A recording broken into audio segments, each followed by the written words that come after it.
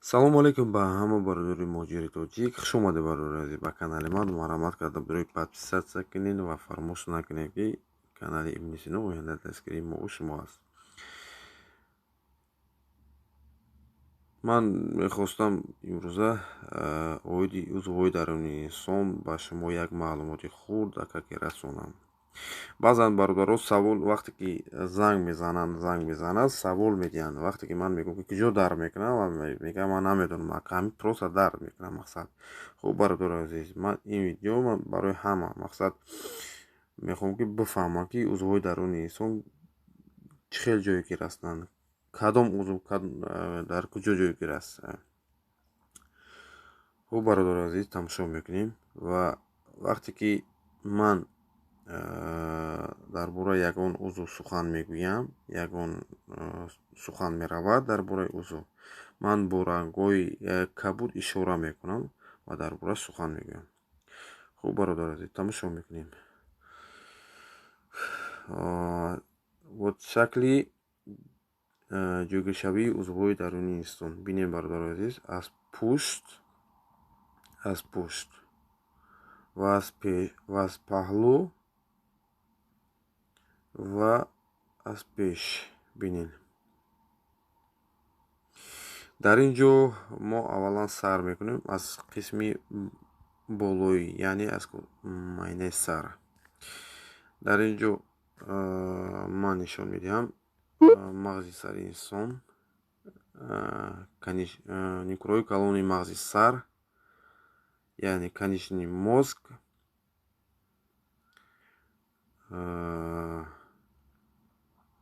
аз як тараф нишон дода шудааст, аз ин тарафи дигар не, барои чунки ин тарафам никӯрои калони мағзи сар аст ва тарзи дарунша нишон дода шудааст.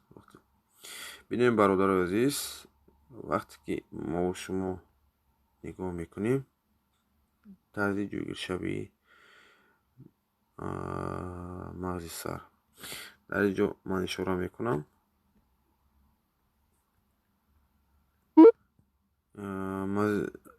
мозичок ин ҷо мағзша. вақте шумо савол медиҳед баксиёро барои чӣ сразу накаут мешаванд, барои чӣ ки мақсад одамизод ҳаракати мунтазам вақте ки гум мекунад сразу ба замин меғалтад. аз ҳамон сабаб дар паси калаи инсон, яъне сари инсон задан мумкине дар ҳолати бокс. шумо худтон медонед. мозгои стол ин ҷо мозгои ствол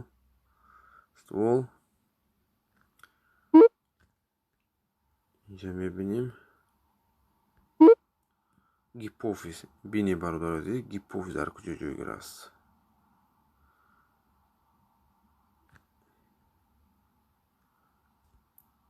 ин гипофиз аст аз қисми даруна ва мегузарем ба қисми даҳону бинӣ. ин ҷо нос, роҳи даҳону бинӣ. ин ҷо нос, албатта ки ба дигар шакл нишон дода шудааст. ман кӯшиш мекунам тез шумо да фаҳмонам. ина бародари азиз, вақте ки шумо савол медиҳед щитовидни железа, яъне қади ҷоғор дар куҷо ҷойгир шудааст. ина бале бинед, щитовидни железа бо рангҳои кабуд ишора карда шудааст. ин хрешовой надгартан бинед дар куҷо ҷойгир аст. надгартан. инҷа щитовидни хрящ, баъзан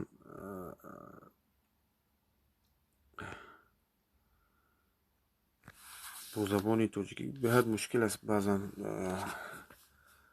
перевод кардан. кӯшиш мекунам хай шумодан фаҳмо бошад. шумо бинед бародари азиз ки ина бронхое ки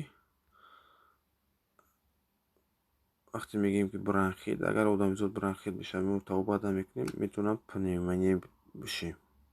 وقتی آدمیزاد توبت نمیکنیم پنیمونیا 100% به یگان پنیمونیا میشیم. از این طرف بله شش جویگیر است لیکن از یک طرف نشان داده شده است چونکه دیلم نشان داده شود. اینجا دا پیشوود نگاه کنین. در شکلی با رنگی سبز نشان داده شده است. اینجا شهرک دیل نشان داده شده است. артерия و وینا نشان داده شده است. بینین من نازک کنم که زیر میکنم با رنگ کبود نشان میدم. این هوا بینین بردار عزیز. بینین چه خیلی جوگیر است. چه خیلی جوگیر در ارگانیسم انسان. و میگذاریم به قسم شش ها. بینین بردار عزیز. شش چه خیلی جوگیر است. از دو طرف بعضا بردار سوال میده. سوالی نمیدونم سوالی چون که مثلا جدا رو میکنم. بینین بردار عزیز. شش جوگیر است. از این طرف هم شش جوگیر است لیکن از یک طرف نشان داده شده است. میگذاریم به قسم پایانی دیافراگما. اینجا دیافراگما است. ساخت آناتومی چه جوگیر شوی. از پایانی دیافراگما با من رنگ جگری این جگر است. بعد نگاه کنیم رنگ کبود من اشاره میکنم. این جگر است. پیلونرسی پیچین.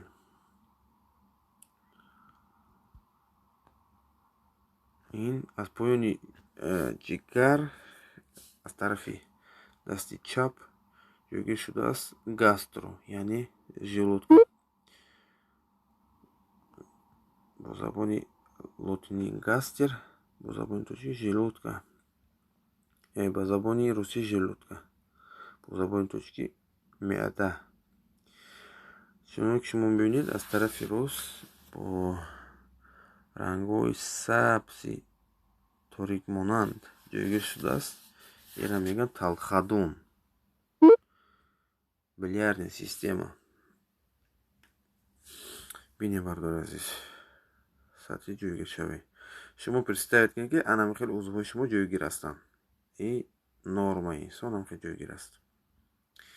ина мегӯянд аз поён иноди рӯдаи ғавсро нишон медиҳем. Рӯдаи ғавс. Рӯдаи ғавса бинед чӣ хел бардор ҷойгир аст. ина бинед. Поёни рӯдаи ғавс омада мерасона ба анус мешавад поён. Короче, ҳамин ахлоти инсон ҳам хел меравад. Дар даруни ина бинем бардор азиз. рӯдаи борик. рӯдаи борик чӣ ҷойгир шудааст. ва як чиро фаромӯш набояд кард ки баъзан бардорҳо савол медиҳанд ки мо мехоҳем бинем аппендисита. бини аппендисит чӣ хел ҷойгир шуда. ман ҳозир ишора мекунам бо ранги кабуд. ина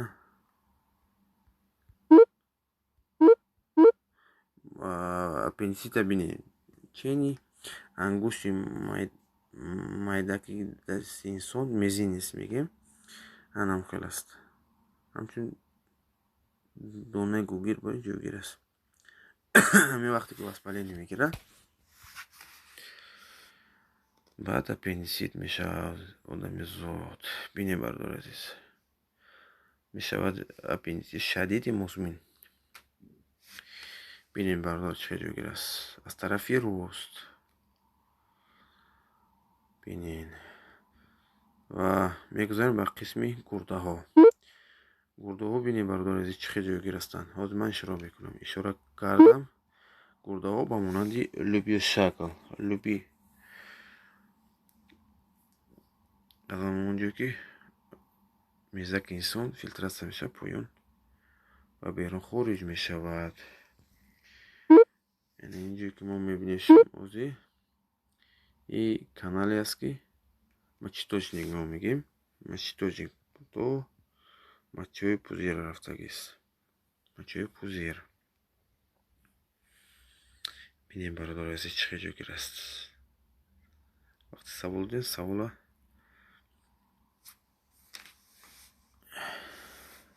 бинем бародар азиз. Аз ман ишора мекунам, ин мочёи пузир аст. Мочёи пузир. Вақте ки шумо савол медиҳед ки ака доктор, ми простатит дар куҷо ҷойгир аст? Простатит аз поёни мочёи пузир, яъне аз поёни пешобдон ҷойгир аст. Ина бинед, майда ҳак аст. Ин мешавад простатит шадид ва музмин. Ин бинед. ва мегузарем ба қисми олатҳои таносули инсон.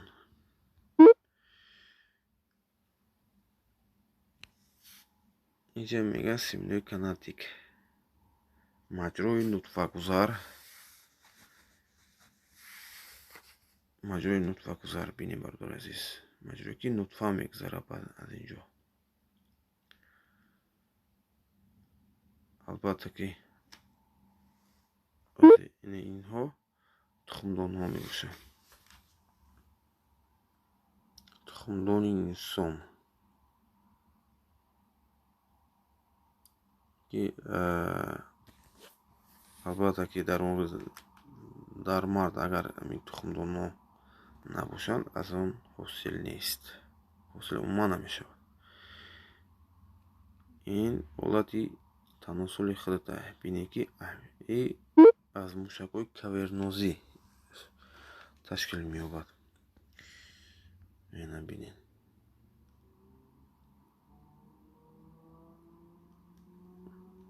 ва олимон тасдиқ карданд ки ҳамин члени инсон дар давоми ҳаёт метавонад дароз шавад.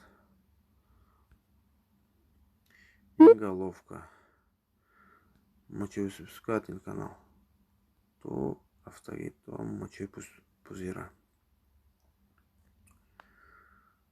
хуб бародар азиз, чӣ саволое ки бошад, марҳамат дароин дар поёни комментария нависед. ва аз ҳамаи шумо ман хоҳиш мекунам ки чӣ саволое ки бошад, марҳамат бародарҳо, оиди бемориҳо, оиди узвҳо савол диҳед.